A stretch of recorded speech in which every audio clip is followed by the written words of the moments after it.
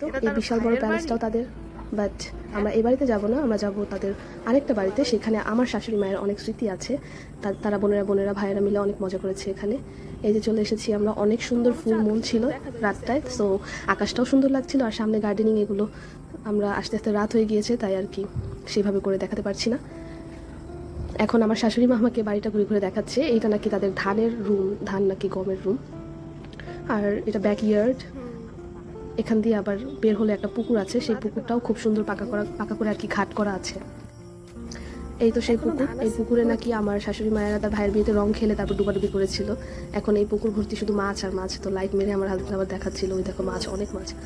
এরপর আমরা উপরে চলে গেলাম, প্রত্যেকটা রুম ঘুরে ঘুরে আমাদেরকে দেখাচ্ছিল। আর রুমগুলো খুবই সুন্দর করে সাজানো গোছানো একদম, আর ছবি টানানো, ওইটা হচ্ছে নানা ভাইয়ের ছবি টানানো। আমার এই বারান্দাটা খুবই পছন্দ হয়েছে।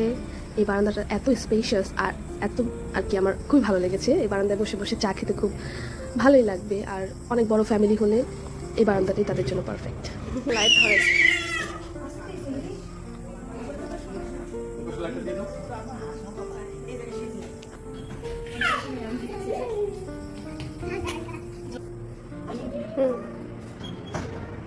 কি করছো তুমি?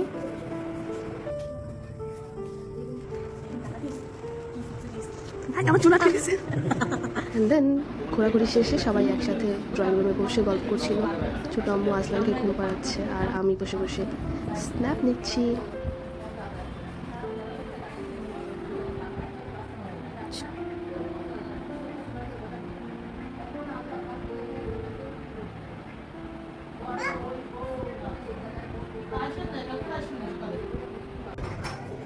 অনেক মজা হয়েছিল আনিকাদের বাসাটা।